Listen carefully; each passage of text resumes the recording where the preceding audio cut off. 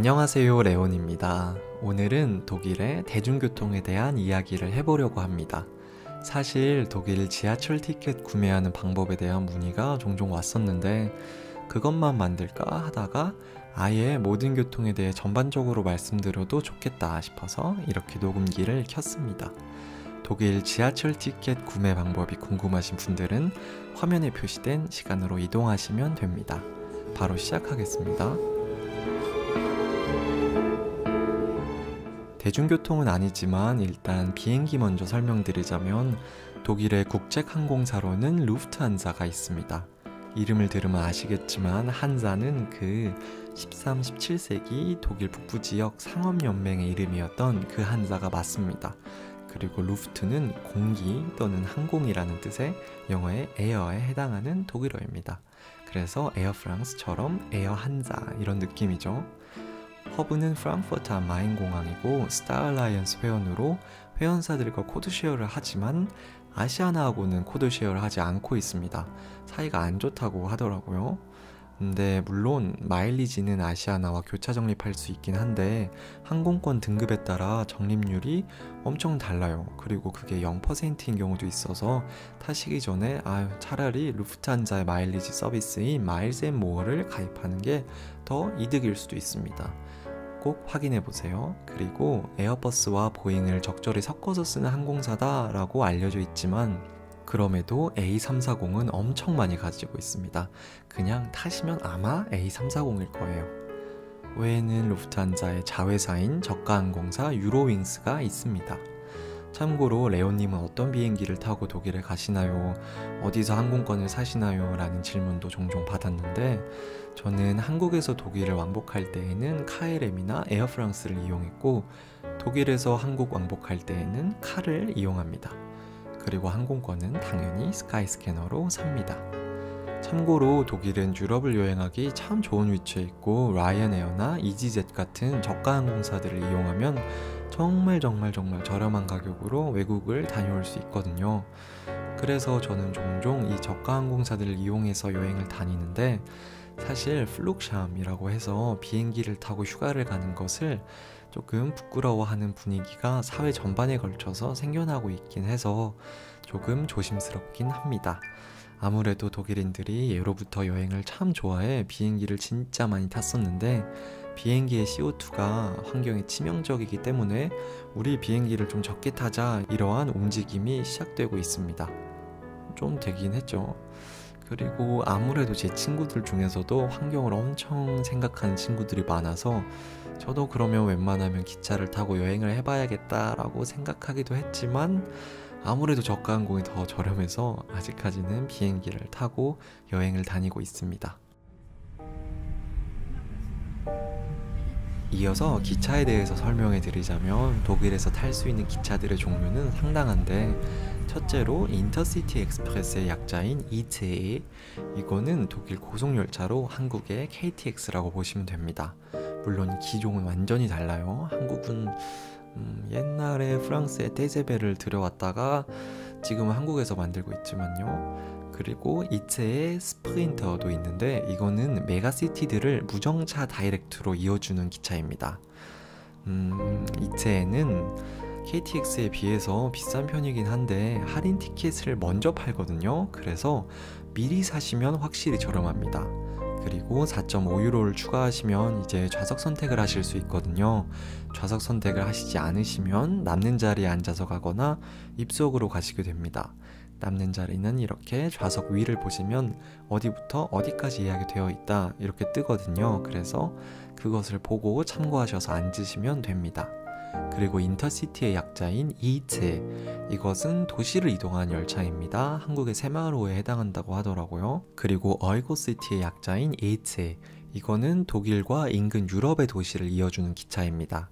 그리고 레기오넬 익스프레스, 그리고 레기오넬 반 등은 지역기차로 한국의 무궁화호 혹은 누리호에 해당합니다. 마지막으로 S반은 대도시에 있는 광역전철에 해당합니다.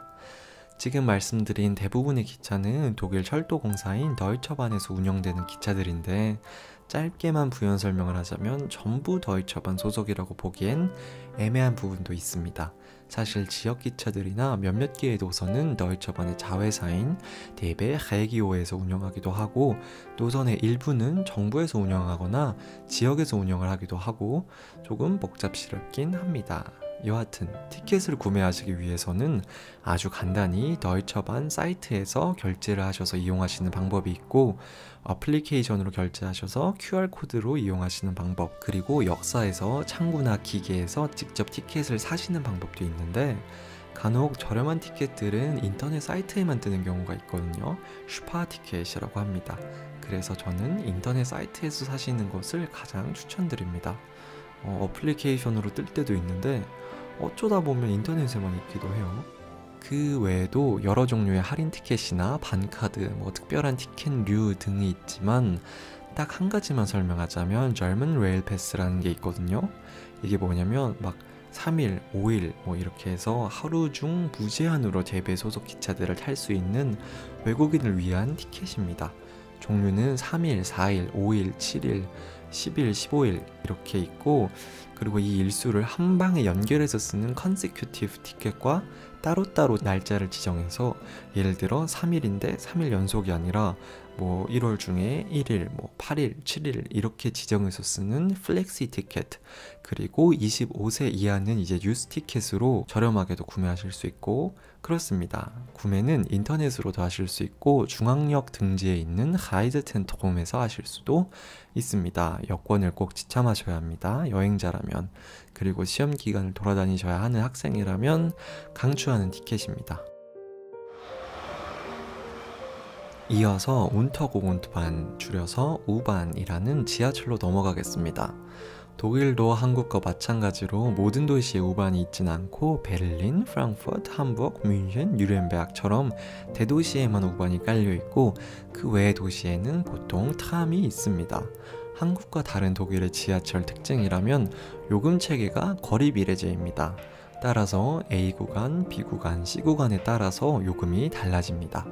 또한 한국이나 프랑스처럼 티켓을 넣어야 탈 수 있는 게 아니라 티켓을 이렇게 생긴 기계에 본인이 직접 펀칭해서 그냥 타는 겁니다. 허나 불시에 사보 컨트롤러가 검표를 하거든요. 걸리면 60유로의 벌금도 되고 기록도 남습니다. 지하철은 각 도시마다 회사가 다르지만 요금 체계가 거의 비슷하거든요. 그래서 베를린을 기준으로 보자면 베를린에서는 이렇게 생긴 더이처반 기계에서 티켓을 살 수도 있고, 이렇게 생긴 베파워게 기계에서도 티켓을 사실 수 있습니다. 기계 앞에 딱 서시면 이런 모습인데, 모나츠카트 한 달권입니다.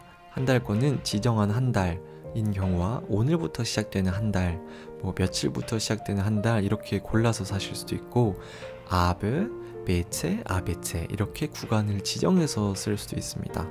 지정하고 나서는 이렇게 움벨트카트, 슈투덴트, 아츠비, 체누어 등 여러 가지가 있는데, 제일 기본이 되는 종일권은 움벨트카르트고 10시 이후에 쓰실 거면 체누어 카트를 사시면 됩니다.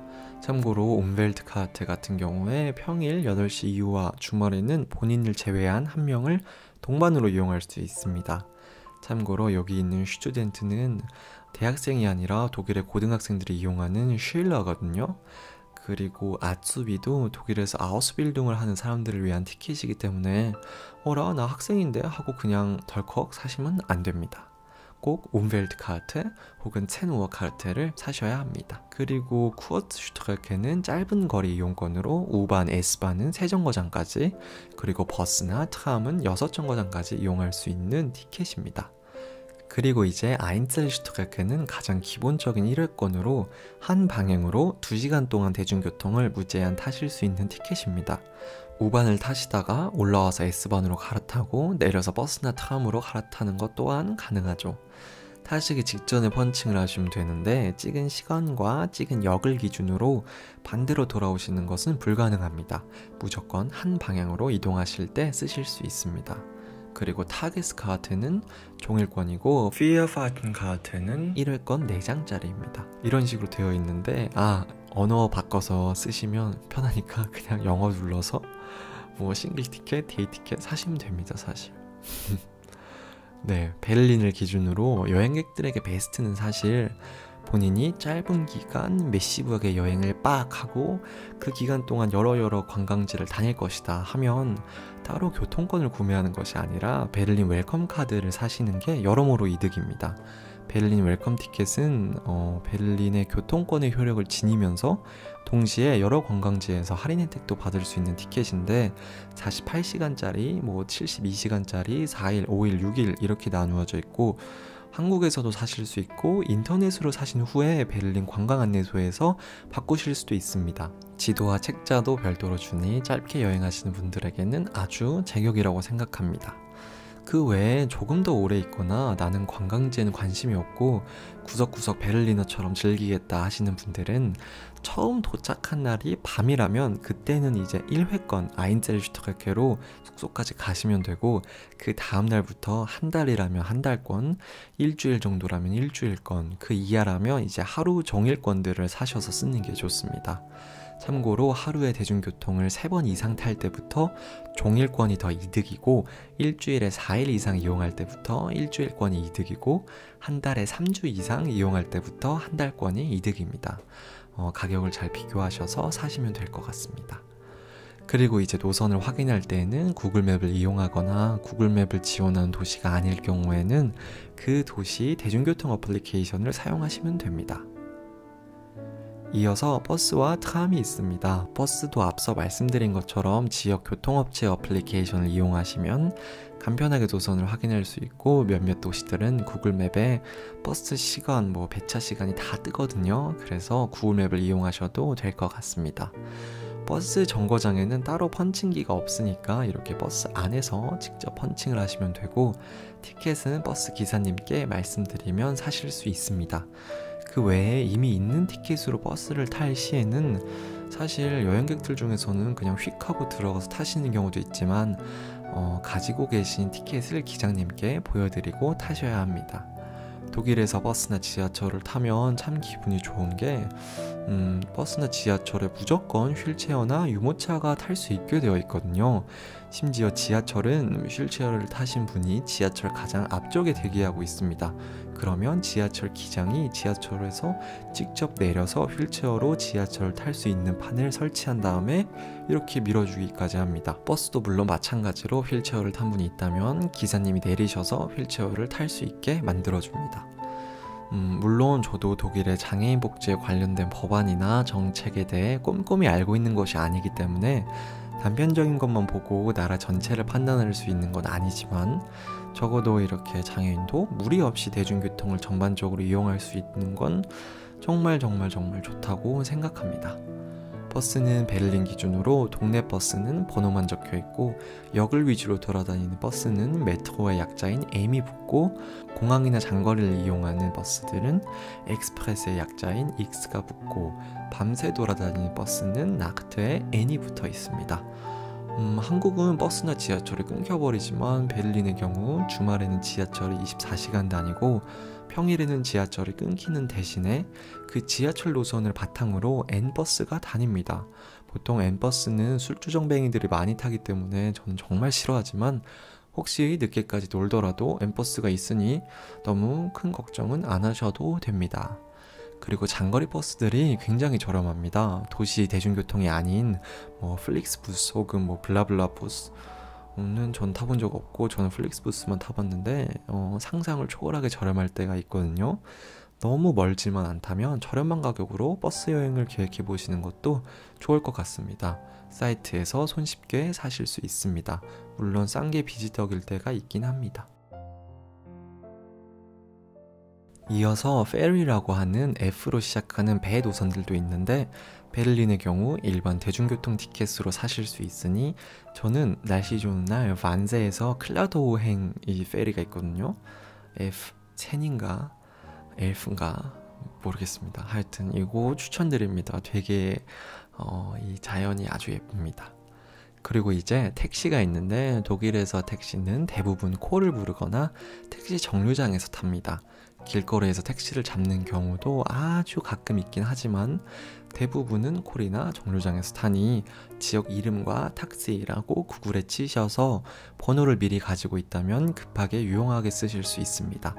본인의 위치를 전화로 말씀하시면 택시가 알아서 오고, 제가 이전 어플리케이션 영상에서 보여드린 것처럼 택시 어플로도 손쉽게 택시를 부를 수 있습니다. 이어서 우버도 있습니다. 택시랑 크게 다를 거 없으니 그냥 넘어갈게요. 그리고 카쉐어링 시스템이 이제 카투고, 드라이브 나우, 그리고 뭐 전기차 업체들도 몇 개 생겼고, 뭐 하여간 몇 개 있습니다. 그리고 스쿠터 쉐어링 시스템도 에미도 있고 쿡도 있고, 킥보드 쉐어링 시스템, 티어, 라임, 뭐 비슷한 거 몇 개 있습니다. 세 개인가 네 개인가? 네, 하여튼 제가 영상에서 에이미를 종종 타는데 저거는 면허 없어도 가능한가요? 하시는 분들이 계셨는데 아닙니다. 스쿠터나 자동차는 당연히 면허가 있어야 합니다. 지금 말씀드린 쉐어링 시스템의 자동차나 스쿠터는 독일 면허가 있어야 하며, 그 외에 여행객들이 빌릴 수 있는 렌터카들은 국제 면허로도 충분히 가능합니다. 킥보드는 당연히 면허가 없어도 되고요. 네, 영상이 진짜 길어졌네요. 목이 너무 아픕니다. 그러면 이제 영상을 마치겠습니다. 다음 영상에서 만나요. 안녕.